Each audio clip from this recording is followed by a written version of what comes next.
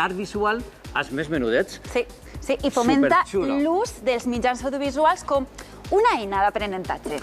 Tenim a Ainhoa Machí, que està ara mateix a aquestes hores al Teatre Micalet. Allà està celebrant-se aquest acte perquè ja és la cloenda d'esta 11ª edició. Ahí està Ainhoa, més templà que templà, bonica. Com està l'ambient per allí? Conta'ns. Ximo, així al Teatre Micalet ja està tot preparat per a que comenci l'entrega de premis de la Mostra Internacional de Cinema Educatiu. Nosaltres ja hem vist com han arribat alguns dels participants, perquè és avui l'acte de cloenda, però han estat entre més de 30 municipis de tot el territori valencià projectant les pel·lícules. Els més menuts han pogut gaudir de fins a 250 pel·lícules i han pogut aprendre tot el relacionat amb el món audiovisual.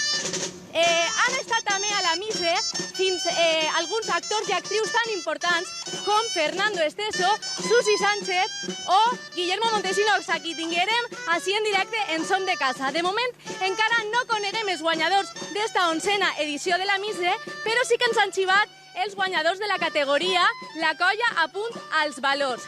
Durant el programa us contem qui són i us els presentem. I jo, de moment, aprofitant que el fotocol encara està buit, em quede fent-me un selfie, companys.